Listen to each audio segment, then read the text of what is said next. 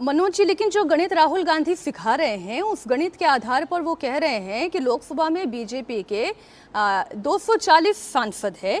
मोटे तौर पर हर छठा सांसद उनका वोट चोरी से जीता है, जिसे बीजेपी की भाषा में आप घुसपैठिया कह सकते हैं।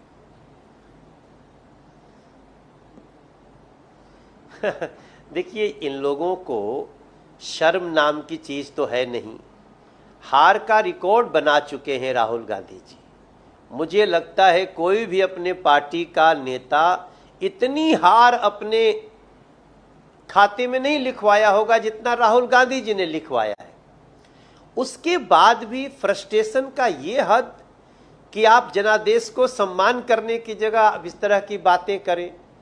देखिए, भारतीय जनता पार्टी का गुड गवर्नेंस तो है ही, भारतीय जनता पार्टी का सबका साथ सबका विकास एनडीए का तो है ही, लेकिन भारतीय जनता पार्टी की सुरक्षा और सुरक्षा देने के साथ साथ विनम्रता पूरे देश को अच्छा लग रहा है। मोदी जी कभी भी छोटे कामगारों का विरोध नहीं करते, उनके यहाँ जाके उनके दुकान पे बैठ के खाना खा सकते हैं। देश के बड़े पद पे गृह मंत्री जी को कोई धमकी देता है, उसके बाद भी गृह मंत्री जी मुस्कुरा के कहते हैं आने दो 4 मई। तो ये सब कुछ बीजेपी और एनडीए का ये लोग तुलना नहीं कर सकते। राहुल गांधी जी की बातों को लेकर के चर्चा तो शुरू हो जाती है, मगर मैं समझता हूं राहुल गांधी जी की बातों पे डिस्कशन करना अब इस देश में टाइम जाया करना समझा जा रहा है। लेकिन क्या करें, बात ही ऐसी कर रहे हैं। वो ये कह रहे हैं कि घुसपैठियों की सरकार बनाकर आप बैठे हैं। आप देखिए, ये लोग घुसपैठियों को तो रिश्तेदार की तरह रखते हैं। ये लोग, जब हम लोग दिल्ली में घुसपैठियों के खिलाफ बात करेंगे तो ये घुसपैठियों के पक्ष में हो जाएंगे। ये तो पश्चिम बंगाल में वो तो जो अंदर का इनका आपस में इंडिया अलायंस की पार्टियों का युद्ध है वो समझ में आ गया। जब ये राहुल गांधी जी पश्चिम बंगाल में बोल रहे थे तब टीएमसी के खिलाफ क्या बोले? यही बोल रहे थे कि अगर आप रिश्तेदार नहीं है टीएमसी के तो आपको नौकरी नहीं लग सकती है। अब चूंकि हारने का सिलसिला जारी है, अब इन लोगों को लगता है कि फिर से हम किसी तरह अपने इंडिया अलायंस के कुनबे को रखें, उसके लिए ये सारे बयानबाजी है।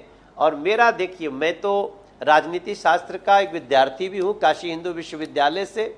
हम अभी जहाँ से आकर के आपसे बात कर रहे हैं, हम काशी हिंदू विश्वविद्यालय के पूर्व छात्रों के साथ बैठे हैं।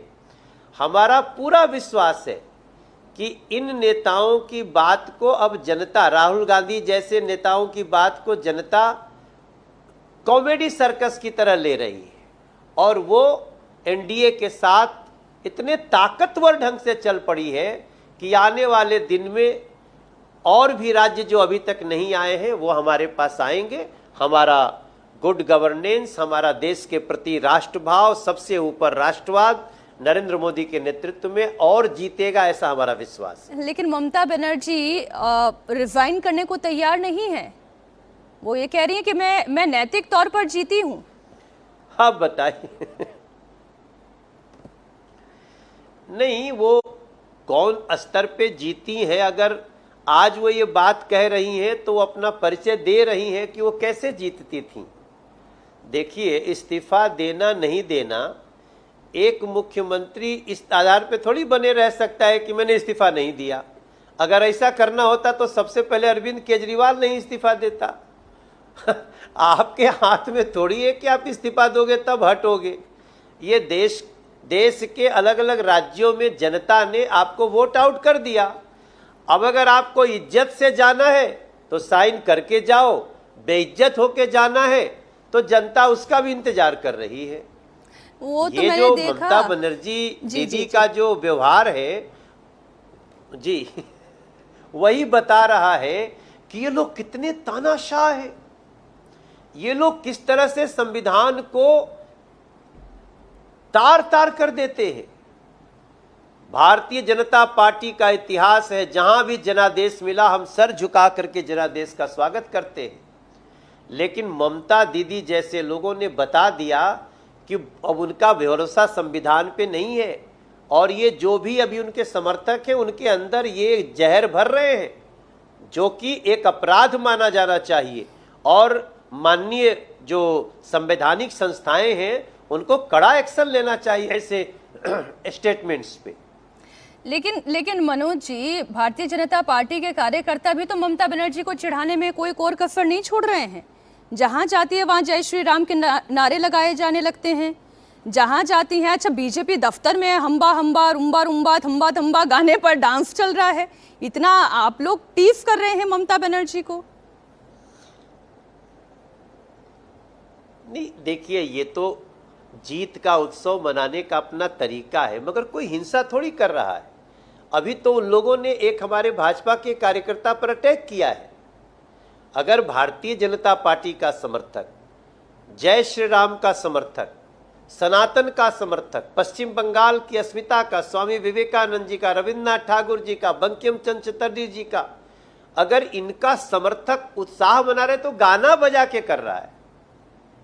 अब गाना बजा करके इतनी बड़ी जीत आई, ऐतिहासिक जीत आई, पहली बार आई, अब आप गाना बजा के भी नहीं नाचने दोगे? और जय श्री राम कब से चिढ़ाने का नारा बन गया, इनको पूछिए जरा। अरे उनके तो भाईपो देश के गृह मंत्री को धमकी देते थे। कोई उनका कार्यकर्ता किसी अधिकारी को खींच कर लाने की, घसीट कर लाने की बात करता था। अपराधी तो वो लोग हैं, हमारे जो भी भारतीय जनता पार्टी के लोग और पूरा पश्चिम बंगाल का लोग, वो गाना बजा करके एंजॉय कर रहा है और ये उसका अधिकार है।